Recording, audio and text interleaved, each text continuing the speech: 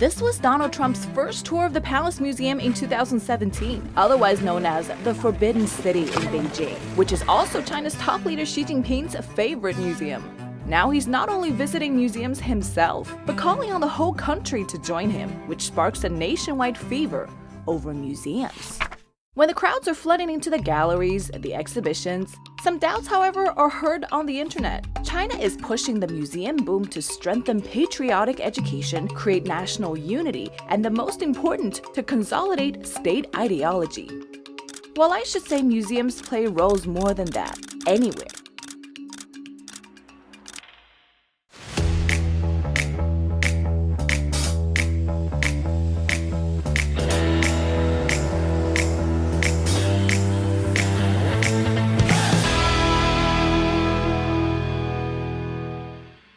Rule number 1. Never underestimate the inclusivity of exhibitions in China's museums. Name some recent exhibits from abroad: a statue of Akhenaten smiling enigmatically, a golden lion-shaped cup, and gorgeous cultural relics witnessing China-French relationship. Rule number 2. Never get the basic function of museums wrong. It's a place that can gather cultures and works of all times and around the world. A place to learn national history. This might enhance national unity and promote patriotic education.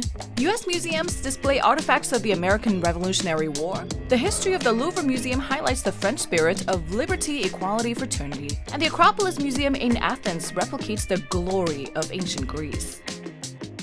So this national museum helps to tell a richer and fuller story of who we are. Former U.S. President Barack Obama said this at the opening ceremony of the Smithsonian National Museum of African American History and Culture. Who we are is also important for the Chinese. The first appearance of the word 中国 on a 3,000-year-old bronze vessel, the sky blue glaze of 1,000-year-old roux-kiln porcelain illustrating the aesthetic sophistication, and the return of bronze heads of animal sculptures which went lost overseas during the war 100 years ago. All these form part of our identity. American architecture critic Martin Filler once said, "The most basic task of any museum must be the protection of works of cultural significance entrusted to its care for the edification and pleasure of future generations."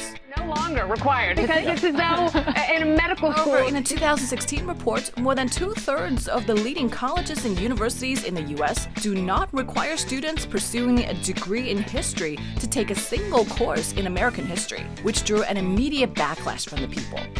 In a 2023 poll, only 18% of American youth say they're extremely proud to be American. See? Look back at this comment. True, but only partly. Last year in Shanghai, the exhibition Botticelli to Van Gogh, Masterpieces from the National Gallery, London, attracted 420,000 visitors in less than 4 months.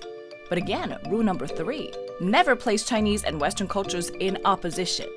Imagine this: when an American is admiring bronze artifacts from Hubei in central China at the Asian Art Museum in San Francisco, or appreciating the elegance of Chinese calligraphy at the Met in New York, or gazing at paintings depicting the views of water towns in China's eastern Jiangnan region at the Cleveland Museum of Art in Ohio, will he or she have a feeling of betrayal to his or her own culture? Political environments should not hinder people from exploring or learning or even thinking and admiring. In 2017, Xi delivered a speech at the United Nations headquarters in Geneva where he said, "The ancient Chinese say that delicious soup is made by combining different ingredients. Diversity of human civilizations not only defines our world, but also drives progress of mankind." Museums are exactly part of that driving power. This is Tang Yin's Lady with Fan in the Autumn Breeze. And this is Leonardo da Vinci's La Scapigliata. The two meet here in an exhibition jointly curated by China and Italy. Tang Yin and Da Vinci lived in the same era. Both of them are world-famous painting prodigies, gaining fame early in their youth. Yet centuries later, they meet here, just like this Western lady's hair is fluttering in the Oriental autumn breeze.